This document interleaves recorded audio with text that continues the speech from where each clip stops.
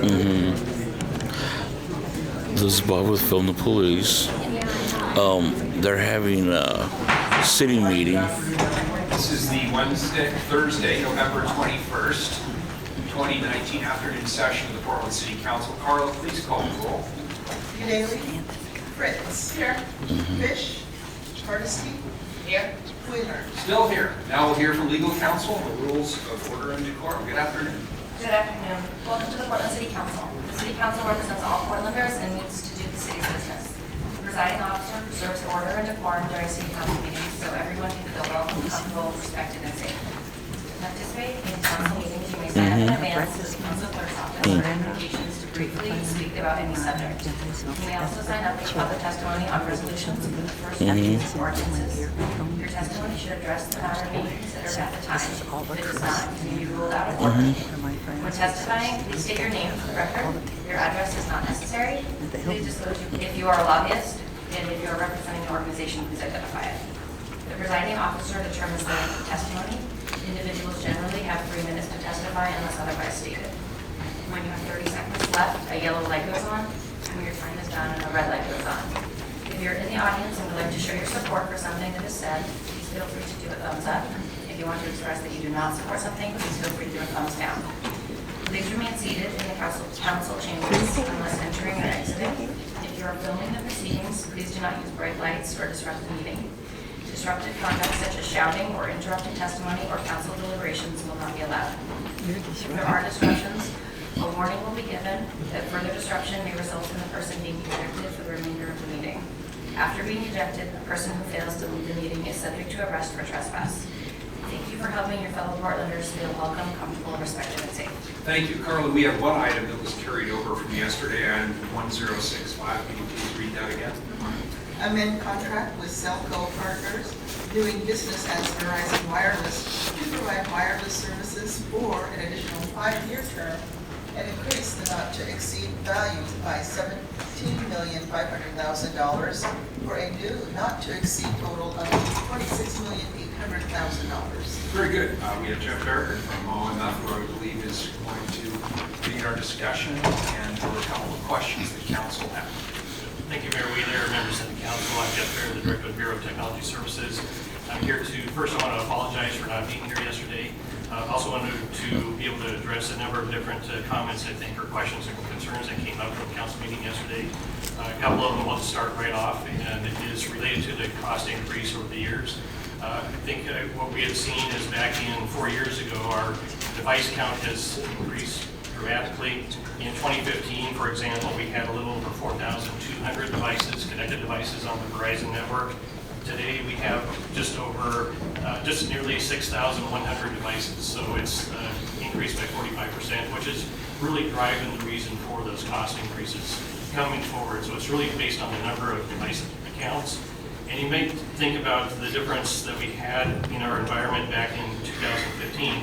We had almost 1,300 flip phones as opposed to smartphones. So it's really changed the environment over the past 4 years. So now we're predominantly all smartphone based. We've got 1,100 tablets or iPads. And also we have 1,451 network devices like mobile data terminals that are in the police cars and fire apparatus and different vehicles. So that hopefully, I'll pause there if there's any question about the cost increase. Commissioner Hardesty. Thank you, Mayor. No, that is really helpful. So you're telling me we only went to smartphones 3 years ago? No, we had smartphones in the environment. We just only had 1,359 smartphones at that time. And now we have totally done the conversion to smartphones, or do we still have people with flip phones? We still have 75 basic phones. Kill those. Kill those. I think that's how we should be dying fairly shortly. They're going out rapidly. I'd like to kill mine. Commissioner Fritz. I think the question that Commissioner Hardesty posed yesterday, which really piqued my interest, was why aren't we going out for a request for proposals? So the answer to that is we are using the State of Oregon Cooperative Agreement, and so the state, along with several other states, combined their usage and number of devices and did a competitive solicitation. So they actually met the Oregon law related to competition, And so we take advantage of the economy of scale to participate in those cooperative agreements. One thing that we can do and will be doing over the next coming year is actually do a cost comparative analysis between the different carriers, just to get a sense of where are we within the market, how does Verizon compare with AT&T, how do they compare with T-Mobile? Commissioner Hurst.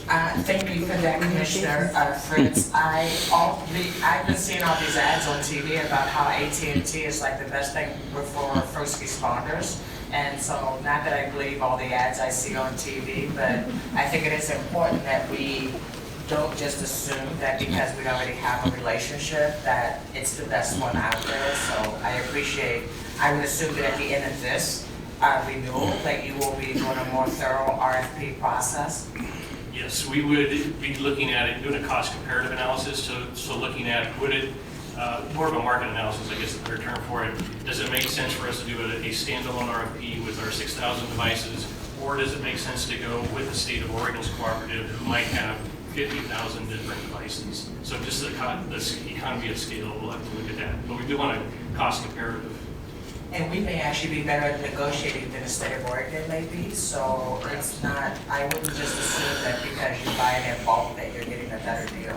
Okay. We will do that.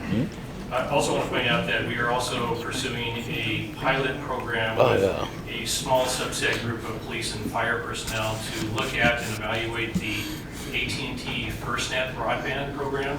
So that could alter where we end up going on public safety. Please, yeah, Commissioner Hurst.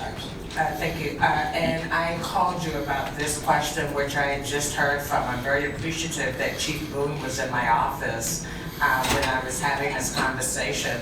She brought up the issue of toggling, which in layman's term is slowing down the network in emergencies. And I asked you, and I would love you to answer it on the record for me, please. Absolutely, love to do that.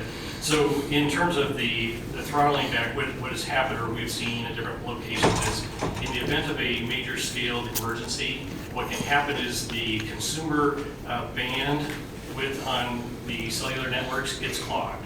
And so what can happen is there isn't any priority for first responders. So we have been working with Verizon over the past, I think, probably about 6 months or so, and enabling what we call priority and preemption for first responders. So what that means is that those first responders who have that function enabled on the Verizon network under our device management, have priority and preemption for first responders, so that you are not in that commercial bandwidth. Commissioner Fritz. So it'd probably be helpful to add the council to that. The council's phones in the event of a disaster we're going to need to be connected in as well. We've actually pursued that with Verizon. Right now they're sticking with you have to be a first responder, but I'm pushing for actually the entire Disaster Policy Council to have that preemption. Well, yeah, the council, because the Disaster Policy Council should changes. So I have just one last question. The previous contract was for 3 years. Why are we going to 5, particularly if we're going to be looking around to see if there's a better deal out? I missed that part, I'm sorry. The previous contract was for 3 years. Why are we going to 5 years? That's generally we go for a 5-year limitation. We could do something shorter. It would mean that and one of the things I wanted to point out too to the council is that logistically we've got 6,000 units in there, and it's everything from a laptop that might have a Verizon card into it. So just logistically, if we were to switch over to a new carrier, that'd be a huge effort for us to take that on. But we can do something shorter. We are not tied to, we don't have any exit penalties for something shorter with Verizon. That's strictly upon the State of Oregon contract. So if we go for 5 years and you find out that there's a better option, we can get out in 2 or 3? Yes. Okay, thank you. Good. Any public testimony on this item? Seeing none, Carla, please call the roll. Daly? Aye. Fritz? Get no questions answered. Aye. Hardesty? Thank you very much. I appreciate the responsiveness of your reply. My only request to you would be hopefully you'll be able to add the city council, since you haven't actually inked that contract yet, as folks who would have access in an emergency. I vote aye. Wheeler? Thank you very much. This has been a good conversation, and obviously with having to do with technology. Technology is changing at a rapid clip. Our needs as a city are changing at a rapid clip, and so we're going to have a lot of interest in contracts like this. And you've done a great job of answering our questions, and we really appreciate it. Thanks to both of you. Thank you. I vote aye. Ordinance is adopted. Next item, Carla, is item 1083. Portland Street Response Pilot Implementation Plan. Colleagues, as mayor, I'm a strong advocate for this program, and I've been for some time. It's a compassionate and I believe a better way to respond to incidents involving the city's homelessness and those experiencing mental health crises in our community. My team has spent a considerable amount of time brainstorming and working on such programs behind the scenes on programs including this. I asked Commissioner Hardesty to lead this effort in partnership with me for a very important reason. She's the commissioner in charge of Portland Fire and Rescue, as well as the Bureau of Emergency Communications. I'm the police commissioner, and collectively we control the first response for the city of Portland. I know Commissioner Hardesty is a passionate advocate for this innovative approach to helping people in crisis, and therefore she's uniquely positioned to be in partnership with me. I appreciate all the work that she has done and the work that her team has done to bring this to this point. I also want to thank the leadership in the community. This has really been a truly organic effort. There have been many in the community, Kaya Sands, Street Route, other advocates, Street Roots, other advocates in the community who have worked hard to put this front and center in front of us.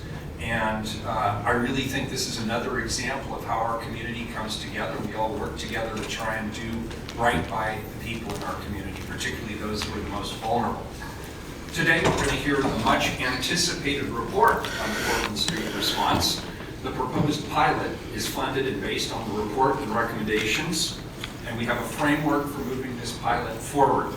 I'm also pleased to learn that there'll be detailed evaluations over the course of the pilot. In other words, the pilot may change as we think about how this unfolds, and we look at the information, we look at the data, we get feedback from the community, we get feedback from our first responders on what's working and what isn't working. This is our baseline opportunity to test it and change it where we need to do so.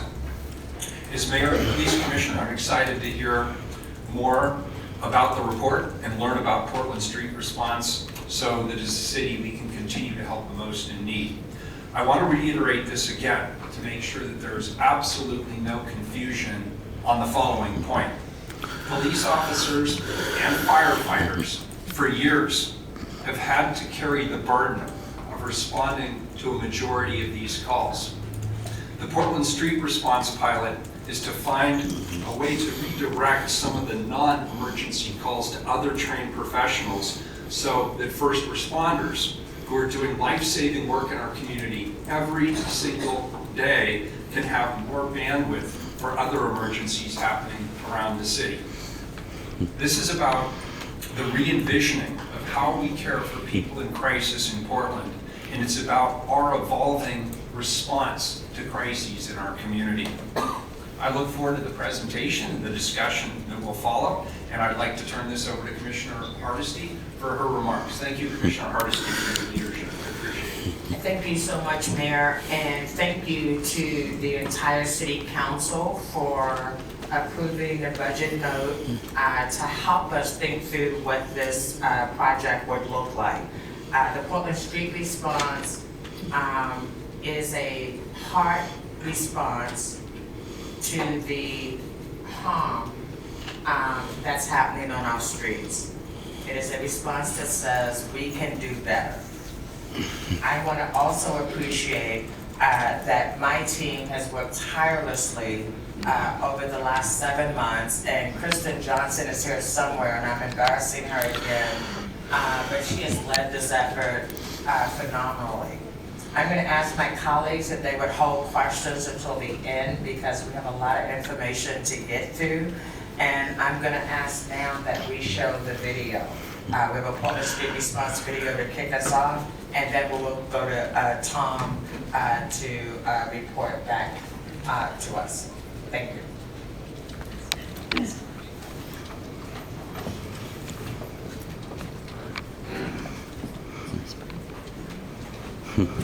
Emergency response models are changing in cities all over the world, and it's time to change the way Portland responds to emergencies stemming from mental health crises. Portland Street Response is the appropriate response to 911 calls describing a non-criminal mental health crisis in progress. It is the solution to a growing problem we face as first responders in the city of Portland. The Portland Street Response pilot project will dispatch a 2-person team to respond to calls determined to be a non-criminal mental health crisis. The pilot project will involve various bureaus and partnerships throughout the city. When the Oregonian published the report that 52% of all arrests affected unhoused people, while that number was a brutal number for us all to grapple with, it also felt very true to what we